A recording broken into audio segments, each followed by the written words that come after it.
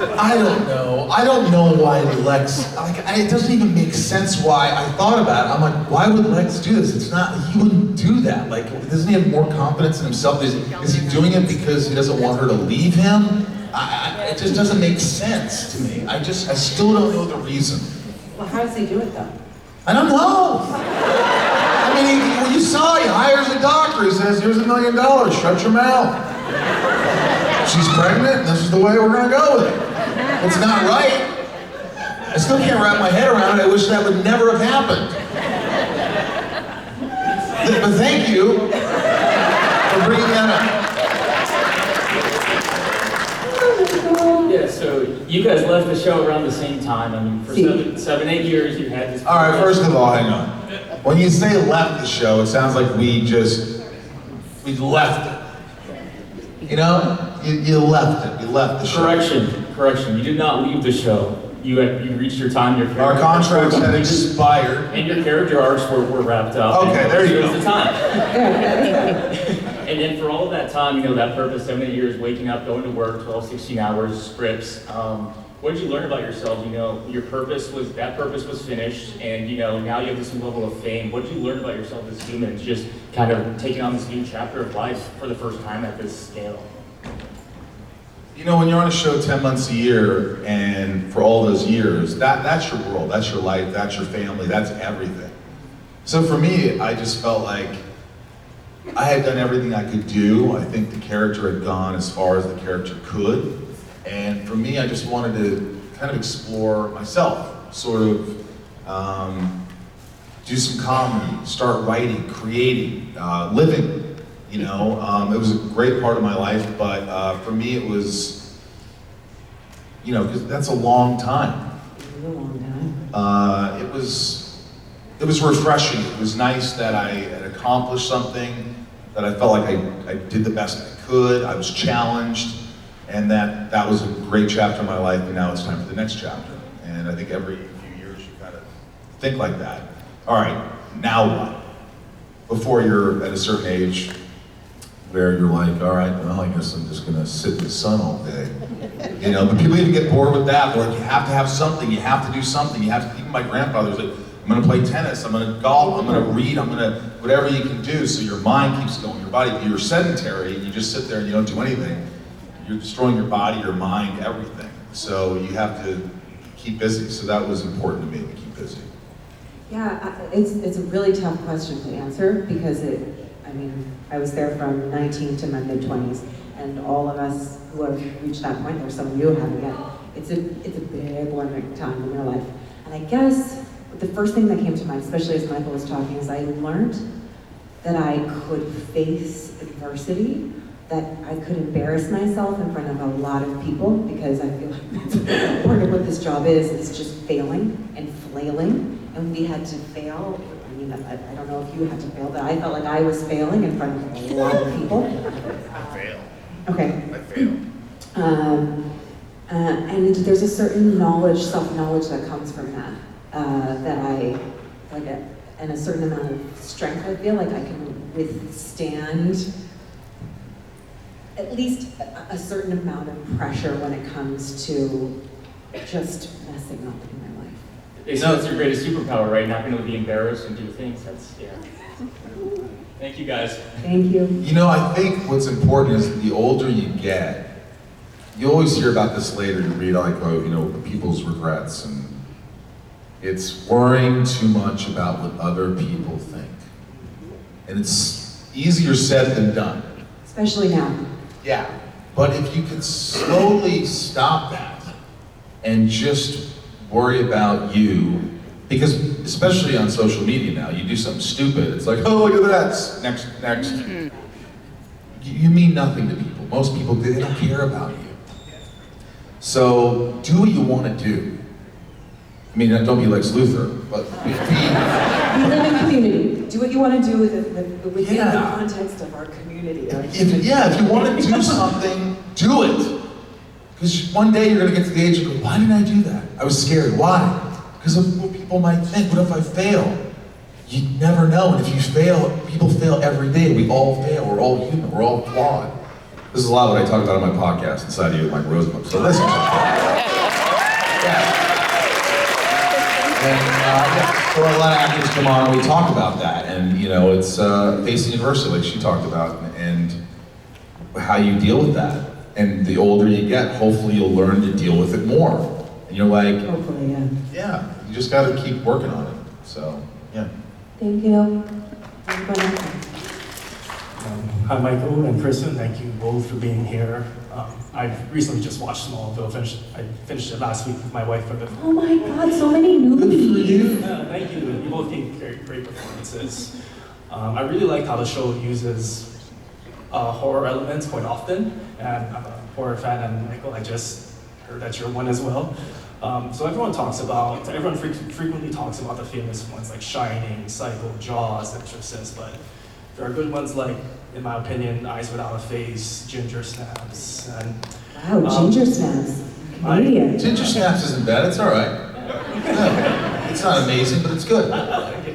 So my question to you, Michael, and I guess Kristin as well, is are there any underrated or obscure horror movies that you like? The original, all right, so there's a movie called Speak No Evil, but not the new one that came out. A year and a half before that, there was another one, and it was from Denmark, and it's subtitled. It's a great film, and then the United States, you know, Hollywood said, oh, let's make this an American version, and it was good, but that was unbelievable. One Cut of the Dead is really fun. You should check that out. There's a movie called The Coffee Table, which will blow you away. It is horrifying and intense. There's This one called Swirloose. Spruce? Swirloose. It's not in English. What does it mean? Does anyone know what it means? I don't know what it means, but it was really creepy and Send that to me, jarring. fine. Okay, well, it's not new. Yeah. When Evil Lurks. I mean, there's some great horror movies. There's an app called Shudder that has only horror movies, and it's like $5.99 a month, and that's what I do. I just watch a lot of crappy ones, but there's some good ones. You know, like Slumber Party Massacre is kind of stupid.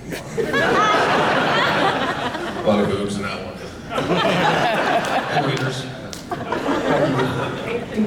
Hi guys, my question pertains more to Michael. So earlier you interviewed David Tennant on your podcast, and I was curious, if you could do a role swap with David Tennant, which one of his roles would you want to play? I love Broadchurch. I'd love to play like a character like that on Broadchurch. I think he's phenomenal. You'd be really great in a role. Yeah, I think that would be fun. Would you do that if you had to leave home? Yeah, if it was like a sort of a, you know, if it was like an 8-episode Okay, you would do that. season, 22, as we discussed prior. Yeah, so that. But yeah, and I think being Doctor Who for an episode would be pretty dope. Yeah. Thank you. All right, so me and my little one here, we're on season 7 watching this. It's her first She's time. adorable, by the way. Yeah. I mean, she cussed for her first time last night. Michael, you know about that. I'm sorry, but you shouldn't have said it. I couldn't help. No. It was good. It was cathartic. It was good for her. We'll never forget.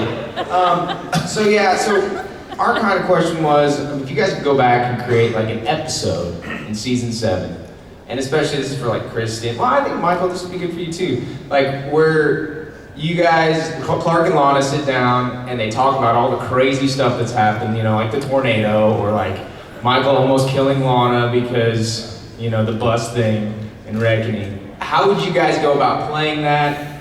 How would you write it? And would it be like funny? Would it be like, I think it'd be like, the pregnancy thing I had nothing to do with. It's just the process of life. You've got to believe me, it was my father, he set it up. You know, I always loved you. When I smacked you, my father, he was torturing me and switched my mind. It was like a mind reversal, and it wasn't me doing it. I don't know what I would say to her actually. Like, kill me now, please. I don't know how to answer that one. The only episode I remember from that season is the one that we just talked about. I don't know what happens. I would give her the Gary Oldman from Dracula. I love you too much. Across oceans of time to time. He was so proud of himself.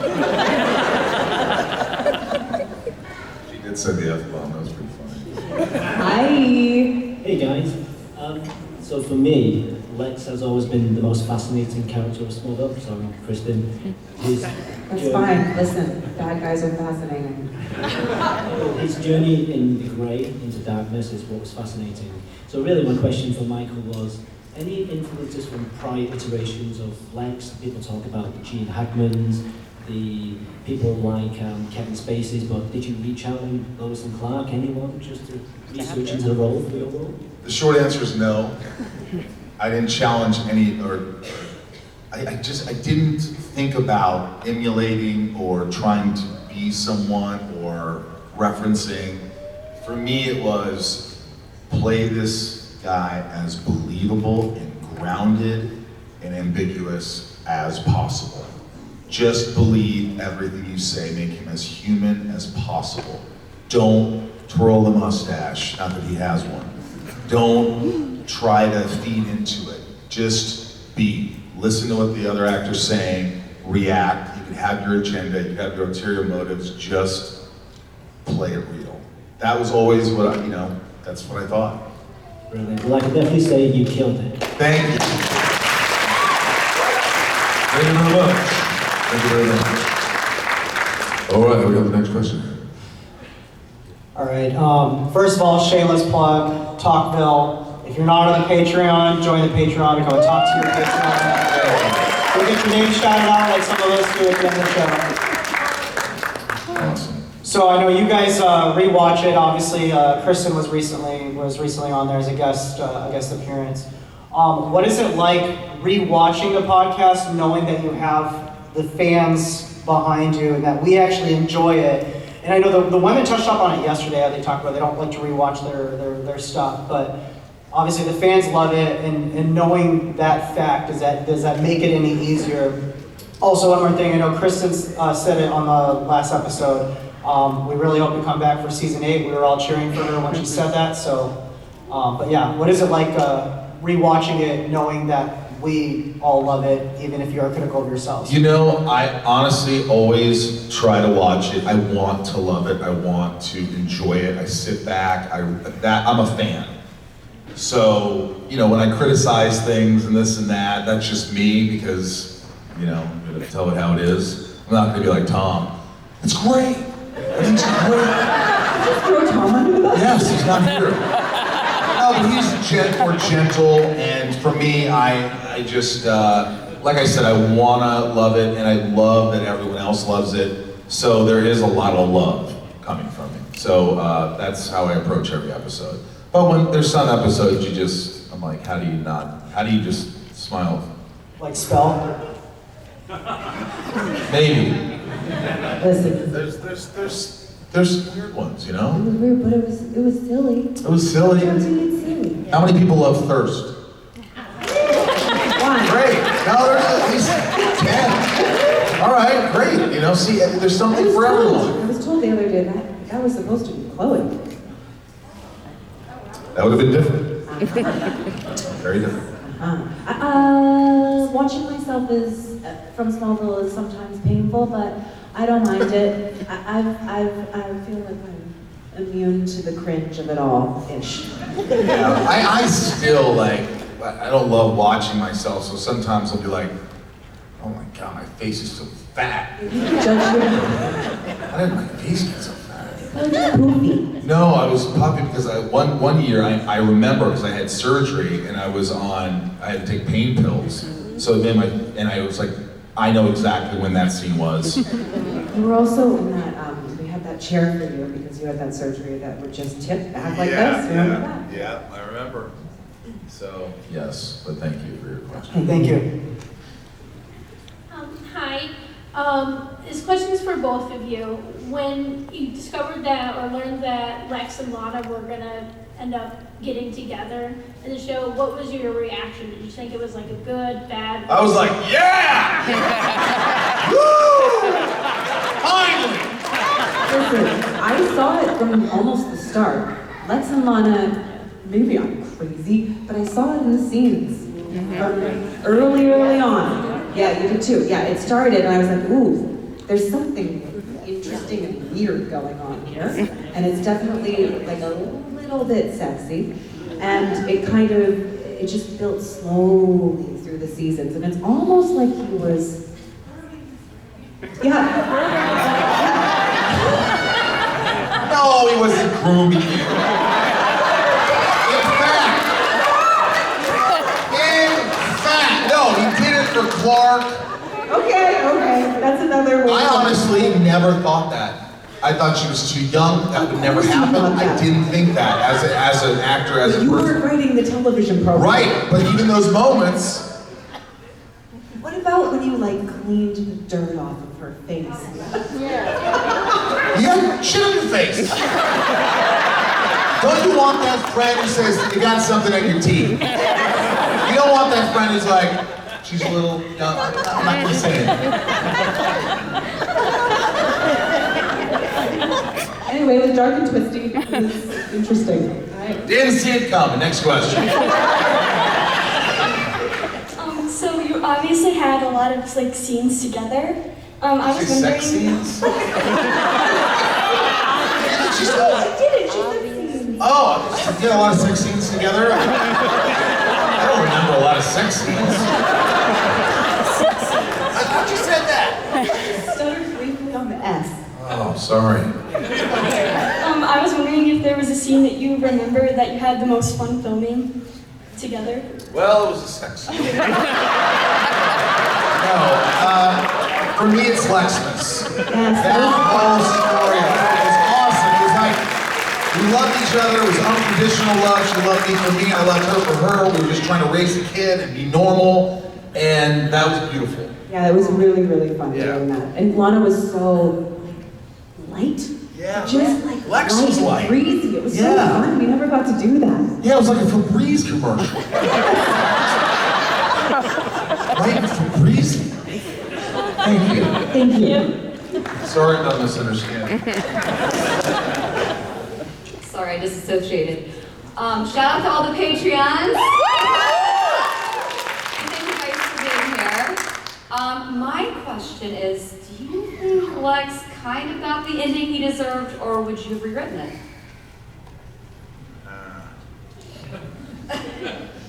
Look, I love that I killed my father. I love that I killed my sister. I thought I wanted to see him go dark. So it was good. I think that they could have done it a little earlier. They could have, it's like they threw everything at the last season. And I wish they would have sprinkled a little more in season 6 into 7 into, but ultimately I was pretty happy with it. Yeah. Thanks, Michelle. Thank you.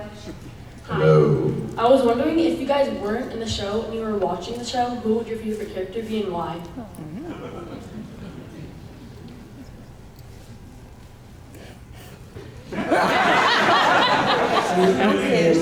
No. I mean, Lex is one of the most, so is Lionel. They're both really interesting characters. yeah, I mean, it's okay to say it, but I'm not going to be like, oh, I want to be Lana. I should not ask if you want to be them. Right. I don't know. That's a tough question. That's a tough question. I don't know the answer to that question. I mean, yeah, Lionel could be a cool character. Maybe in a few years I could play a Lionel. Martha Kent is like probably the most healthy, lovely character. Yeah. Zod. Wait, was that Zod? Yeah. Well, who's the other guy then? James Brosters. Brainiac. Brainiac would be cool, right? I can do that. Leanne, what's your question? Okay, no one knows one. So, quick shout out again, like Michelle, to patrons to Top Bill inside of you. You are a mensch, Michael. Thank you. I've been through hell and back, and you've really helped me. Thank you. Welcome. Now for the question. As a veteran special ed teacher, I am known for having many superpowers. So, Do you guys have any? Like, what do you consider your superpowers? My superpower would be. Farting. I think I could. My dad always said that. Farting, yes. But I think I have an innate ability, I think that to make people feel comfortable or happy. Yes. And so I think, I love that about, that's something, yeah, and I like to bring people together and I like people to feel good about themselves and life and, yeah, that's. You also have a really good way of like taking the piss out of people while they feel loved. But enough about me. You. I don't know. I mean, I think that Brilliant, well-read, charming. Sure it is. How about? I think I'm pretty good at seeing things from a macro perspective. Like I can see patterns, situations over. Like I can pull myself out and see something. I think I'm good at that. I think, yeah, kindness. I think you're incredibly kind and supportive, especially with women, you know, and younger women. And I think that's tremendous and shows you who you are. And I think that's a superpower. Thank you. Yep. Hello, sir. Hello. So I've been watching Smallville. I'm on season 5 right now. So many new people. Yes. So they spent years building up Lana and Clark. Did you know from the beginning that it would end with Lois, or was there ever talks with the studio to make Lana endgame? Back in the olden times, I don't think we had alternate universes as much. I think it was always just going to be the normal ending. I never thought about it that much, to be honest, because the show was its own thing. So, yeah, I mean, yes. But the tragic love story is what makes it kind of beautiful, right? The tragedy of it is what draws you to it, what makes it achy, what makes it that kind of like Eros-y feel. If they were to be together, you don't have that. You don't have that sadness like seeping into the love. I concur. Thank you, sir. All right, this might be the last question. I gotta catch a flight. Yes! Okay. I know, doesn't that suck? Yes! But I love you guys. This has been a tremendous Tom journey. Oh yeah, Tom and Erica, what are you worried about? Go? Okay, yeah, awesome. So this is like a question that's kind of for y'all, also kind of for the crowd. I started watching Smallville when I was about 8. And at that time, I was also watching a lot of DC Animated Universe. So it's just like, you know, Lex Luthor is bad, period. Superman is good, period. Okay, so as I've gotten older, watching it again and again and again, what do y'all think about... Okay, so the gist of it is this. I think Lex went evil because of Clark and Jonathan. Gaslighting him and gaslighting him and gaslighting him. Like, I know there's something going on here, and I see it. And Lana too. And Lana too. Thank you for including me. And Lionel. For y'all and the crowd. And wanting to know, like, y'all's opinions on those things. Like, did y'all see that from the beginning? Is that something you grew to see? Is that something that you can agree with? Because, especially that episode we were talking about with the Christmas, where you see Lex and Lana as happy people. Like, kind of back when you first met them, because Lana was just happy-go-lucky, kind of chilling. I mean, of course, the parent trauma, but, you know, outside of that. You can overcome that. You know, outside of that, you know, she was a light person, and it seemed like Lex wanted to be a good person, even though, you know, he had Lionel as a dad that was not so great. And I feel like over time, the gaslighting of, there's nothing special, I just showed up here, no idea, kind of thing, push them to the dark side. 100%. Yeah, I think that the interesting thing about Smallville, for me, to play the role, was it wasn't just the journey of Clark becoming Superman and a hero, it was also the journey of Lex becoming who he inevitably becomes. And he wanted to be a good person, he wanted to do the right thing. You saw how much adversity he faced, and like you said, the gaslighting and all this, and there was just a threshold to how much he could take before he finally just gave up on humanity. And I thought that was really interesting and tragic. Yes. It is a tragedy. There's a part of that, though, that, I mean, we're not going to talk about this right now, but it makes me think about, like, what is the cost of protecting what seems like goodness? And is that, like, are there ramifications to these choices, thinking that you're making it for the greater good, that Clark's protection is more important than anybody else, and what are the effects of that on all of these people? And then in the end, does that make him the most moral person in the world, even though it wasn't a conscious decision? I don't know, there's fun stuff in there. But I will say this, regardless of what Lex decides to do, we all have a choice. Oh, 100%. We all have a choice. He didn't make the right choice, ultimately. I mean, Lana didn't go around murdering everybody. She had some, missteps, but in the end. Yeah, you did kill someone, though. Who did I kill? Remember in your room, the woman? Mrs. Teague, I think you killed her. I killed Mrs. Teague. But that was wasn't that a possession thing? All right, Possession is 9/10 of the law. Michael's got to catch a flight, but I brought a friend that has one more question. Who's coming? Ladies and gentlemen, Eric Johnson! I love you guys. Thank you so much for an awesome weekend. This has been amazing. And I hope to see you next year. We're going to make it even bigger and better. And come on the cruise and make sure you listen to the podcast, for God's sake. I love you all. Thank you.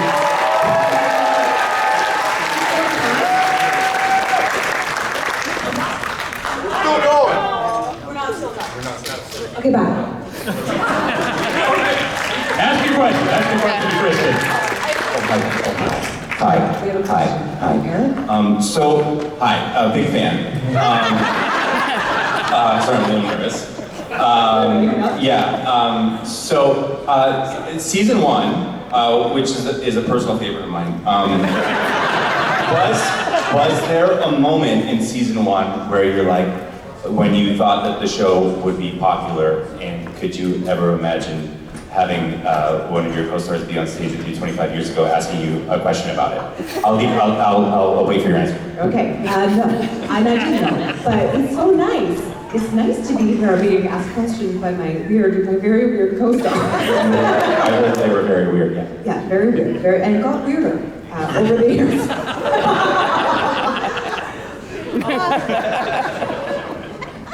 Well, thank you. Thank you for answering my question. Thank you. Yeah, thank you. Thank you. Thank you.